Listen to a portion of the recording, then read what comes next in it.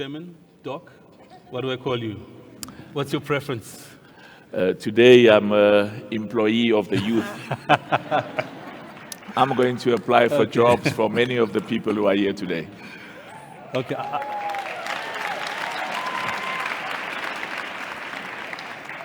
I'll go with Chairman, if you don't mind.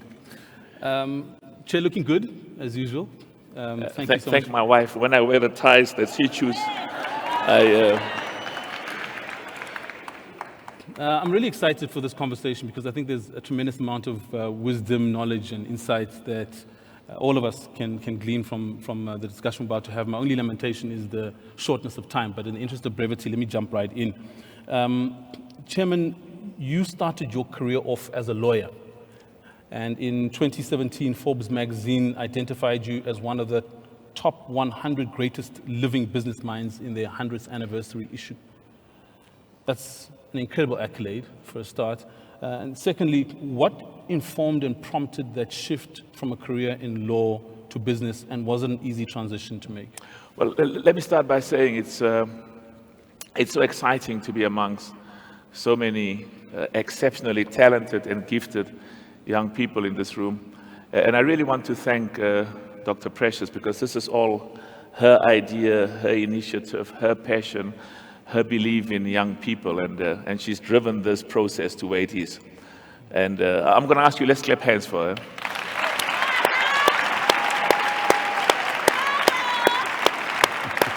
her. And she was talking about an exciting, a very exciting secret. I don't know how she will keep it a secret, but I think there's later during the day, there's going to be a very exciting interchange between herself and somebody that really inspires young people in this country, worldwide, to realize their dreams and to pursue their dreams and what they aspire to. So I think it's going to be an exciting day. But the two things I want to overemphasize is each one of the young people who are here today, every single one of the people who are here today, you have to start thinking in terms of certain dreams, certain wishes, certain goals, whether it's career objectives. I want to be a doctor, I want to be a lawyer, I want to be a businessman. The critical issue that all of us must leave here today is the total belief, absolute belief, that through hard work, determination, perseverance, you will indeed succeed. You will realize, every single one of you, in terms of where you want to go, what you want to achieve. The most successful people in the world, if you listen to their stories, they are like all of you. Poor background, humble beginnings, but with a huge amount of determination, and it has to do with hard work. So it's critically important that we leave here today with an understanding that this country, this continent, I mean, we see this all the time. I see this all the time, whether it's in New York or London or Los Angeles or China or Brazil or India, that young people like you go to university, because it starts with education. And many of them start off by thinking, I either want to be an employee because I have the capacity to employ other people, and others pursue a career. But the critical thing is, we've got 300 million young people on the African continent between the ages of 15 and 25. We have to give a future, create a future for every single one of them, because if those young people do not have a future, the African continent doesn't have a future. So going to your question, yes. My grandfather was an entrepreneur. He owned a shop, a business in a rural area where even today still there's no running water. My father was an entrepreneur. So I grew up, when I was 5 years old, I was standing behind the counter in my father's businesses, selling half brown, half white, half brown, half of brown bread, half white, half of white bread. le archer, besithengisa namagwinya, angazi ukuthi basawayenza amagwinya namhlanje.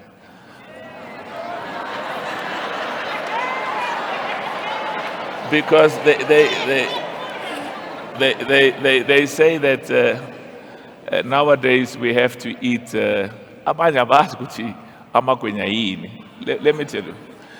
Nowadays they say you've got to eat very healthy, very little oil, sugar. Kodwa thina besijabula kakhulu neretswara amagwinyale kore ba mo kitchening abapia and waiting for them even before they started being and my father used to wake us up 5 o'clock in the morning. We would go to the Pretoria market because we had a fruit shop as well, and buy fruits and vegetables. And I used to go to Metro and later Macro, and we used to go to all of these shops, buy goods and services. So I grew up in an entrepreneurial family. And but the big problem, I remember, every time when we came back from boarding school, because we went to a boarding school very, very far from home.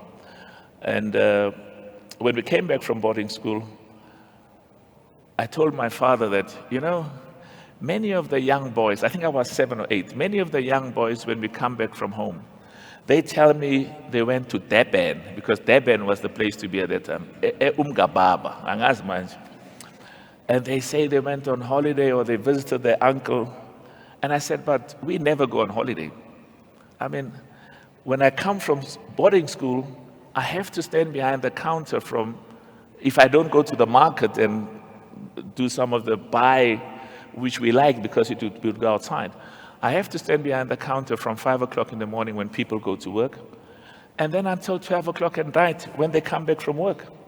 So I said, I don't want to spend the rest of my life standing behind the counter. It was stressful. So I started looking for careers. And I thought, should I become a doctor? I didn't like the sight of blood. So I said, hey, I'll be a hopeless. Let me find another career. And that's how I ended up with law and became very passionate about law.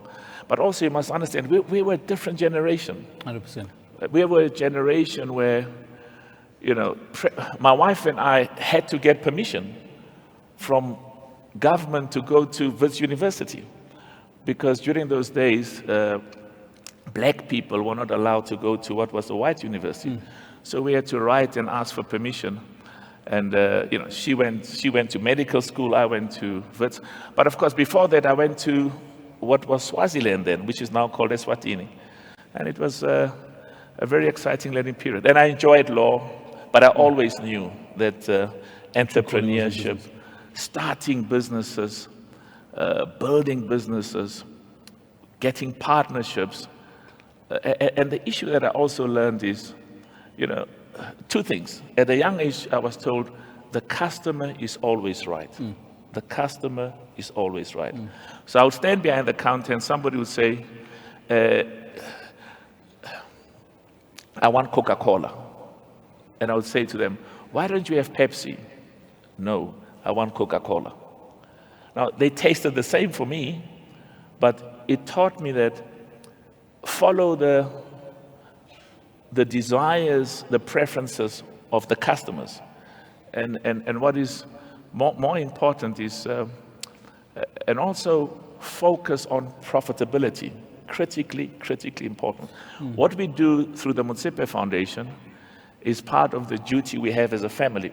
We are what we are as a family because of thousands and thousands of people and millions of people of this country, but many who believed in us, who supported us. And there were times when, when I went to America to work in America, I was amazed because there were people in the firm I practiced with who said, but, we think you've got special qualities.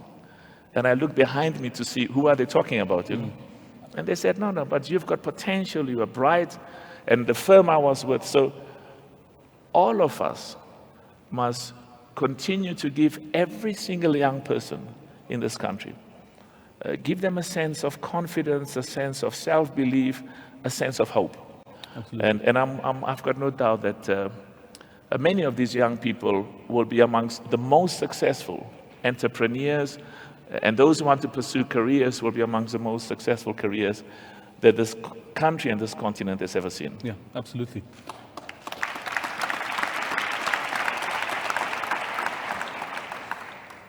Chairman, if you could go back in time and have a face-to-face DMC, what my children like to call a deep, meaningful conversation. Is that what it means? DMC, yes. Oh, okay. I'm learning these terms as well, Okay. so I thought we're in it the same meant boat. deep mining collaboration, but it means something. So if you could have this face-to-face engagement with a wide-eyed and impressionable Patrice, what would you advise him critically, in terms of life advice, to do more of and less of? You know, the most important thing, and this is, I had a meeting with the editors of the news media on Saturday, and the two things that we spoke about many things, but the two things that are critical, absolutely critical, and this is the same message I would give a young Patrice as well as a young Precious, a young girl and a young boy. There will always be problems and difficulties and negativity and pessimism and lack of self-belief as a young person. You know,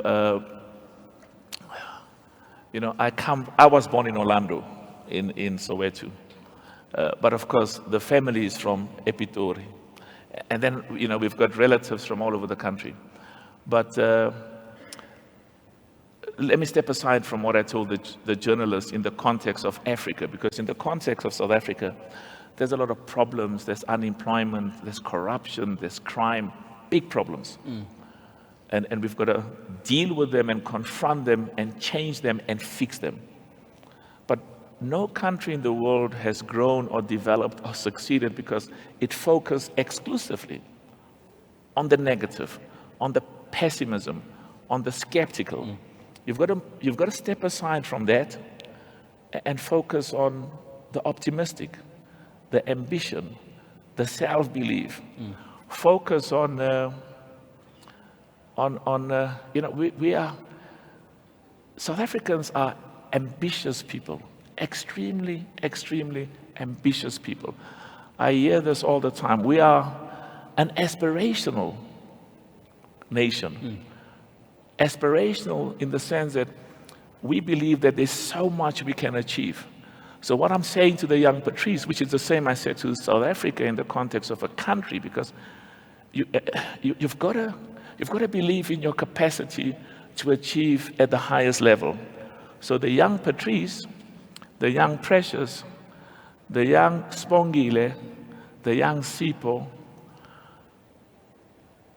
the message I give to him is, don't let your circumstances, you live in an informal settlement at home, big problems, your mother or your father is not employed, you go to school and the school infrastructure and facilities are not very good. You live in an environment where there's high unemployment, or you are at university and there are difficult times because you don't have the resources, the skills to pursue, you don't have the resources or the support to pursue your educational success, or you finished university and have been looking for a job for quite some time. What Dr. Precious was talking about, you spent all of your years studying and believing that that I will build a future, because the truth of the matter is, indeed, absolutely correctly, education is the foundation for all success. You finish at university, but you cannot find a job. And so you've got all the reason to be demotivated and uninspired. That's reality.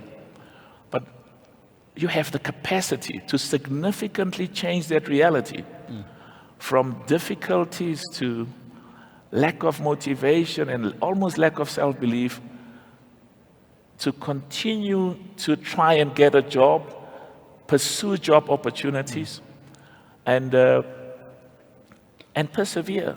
And when you do find that job, work very hard that you distinguish yourself. So when it's time to look at promotions, you are always amongst the top. if you believe that you can start your own business, try and engage those institutions. Because when I was president of business in South Africa, and in fact, even as a young boy, the biggest problem, the single biggest problem for young entrepreneurs when they want to start a new business is access to finance. Access to finance. And when they get the finance, historically the interest rates were excessive. So you spend the rest of your life paying off the loan, but you can never really pay it off so that you are the owner of the business. So in conclusion, I absolutely have no doubt whatsoever, no doubt, that many of these young people in this room, and just understand that this is not a sprint, this is not a short-term race that we are busy with. This is a long-term process, journey. It's a marathon. And you hear this all the time, but it is absolutely correct. Keep working hard, keep believing in your capacity to realize your career objectives, to become an employer, to become an entrepreneur. Keep at it. There will be moments of difficulties. In fact, there'll be moments of failure. Yeah. When you ask yourself, I mean, when I started my businesses, we bought mines that everybody said, but I mean, how can this guy buy mines that are unprofitable, that are marginal, that are old, that are being closed? And the president of the mine workers, they had about 350,000 workers at the time. He was a very good friend. He then went and in the newspapers, the headline of the newspapers, I know because Pressure showed me, the headline of the papers were, Patrice Motsepe buys dead dogs. Dead dogs. And, but we knew what we were doing. We knew that we had a method of running this business at the heart of which was a partnership with the workers.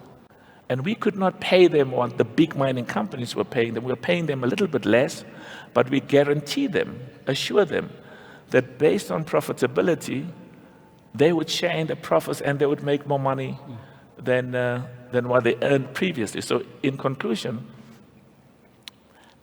there are times when you are trying to start a business or pursue a career and you are starting it and it's failing.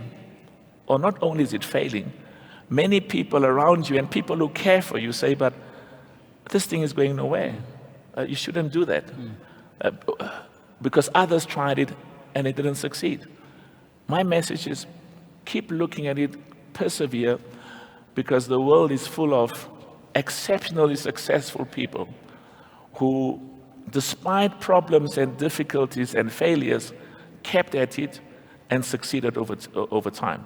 So I'm absolutely confident that keep hope alive, be optimistic, stay positive, believe in yourself, and believe in the capacity of what you are pursuing and the potential for what you're pursuing to succeed. Fantastic. My parting shot, Chairman, because I know that we are kind of tapering towards our time allocation. I'd like to get your take on what you think about the inflection point that we're at now, technologically speaking. You mean I'm talking Orlando Pirates, Kaizer Chiefs, Mamelodi Sundowns? Not that inflection point, no. Oh, okay. I told you, they will all win. I'm not as qualified as you to comment on that. They'll all win. We love them all. I wouldn't venture an opinion. But, you know, we're at the advent of 4IR, AI, machine learning, cognitive robotics, automation, blockchain, all of these things that are happening. In your purview, is there an opportunity for Africa to leapfrog here? You know, this is a critical point that you raise. You know, sometimes you can get overwhelmed in terms of where the world is and where the world is going and what you should do, how you should position yourself. I want to leave this meeting with maybe two messages. Number one is the impact of technology on the way we live, on the way we work, on the way that we conduct our businesses and operate our businesses is astronomical. And the best tool,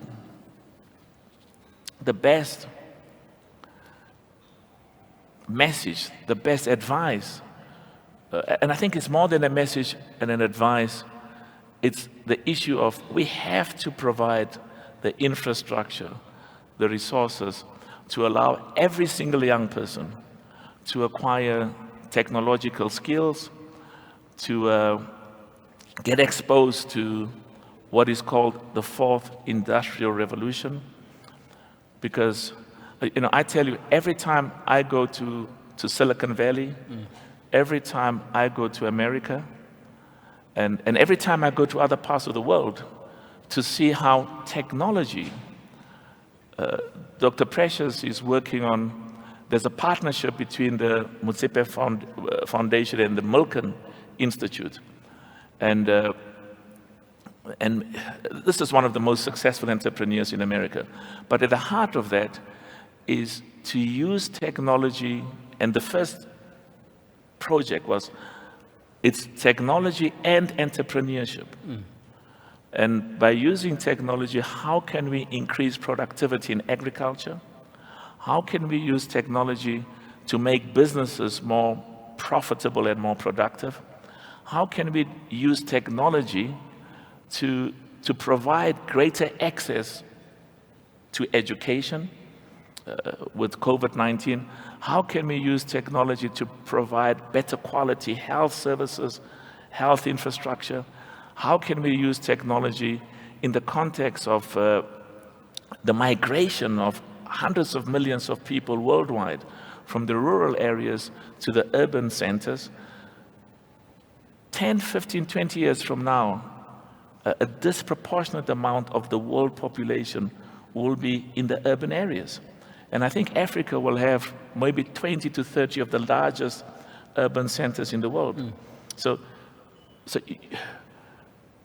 we have to teach our children at a very young age computer literacy and encourage them to focus on maths and science as well as technology and entrepreneurship. Now, the mistake the world does at times is they don't appreciate that the art is also critically important. To be a musician, to be an artist, to be a football player, to believe in painting. I mean, the next Michelangelo, Leonardo da Vinci is somewhere here. So we should encourage all of our young people to pursue the whole of the God-given talents, but the critical issues is the whole issue of the fourth industrial revolution. My consolation is there are people who are experts in artificial intelligence, robotics, Internet of Things, all of those different technologies of the fourth industrial revolution. They themselves at times emphasize that they are learning and that this is a process that is changing all the time. But the one thing that they accept is every country in the world, all of our young people must acquire technology skills, must be part of the fourth industrial revolution. It's a long-term learning process, and use those skills to develop themselves, to develop their countries, and to make South Africa the best place to live in the world. Fantastic. On that note, I think we'll close it off. We've come to the end of our time. Thank you so much, Chairman, Dr. Patrice Motsepe. Please, ladies and gentlemen, a big round of applause. Thank you. Thank you so much. I appreciate it. Thank you for your time. Thanks for the chat.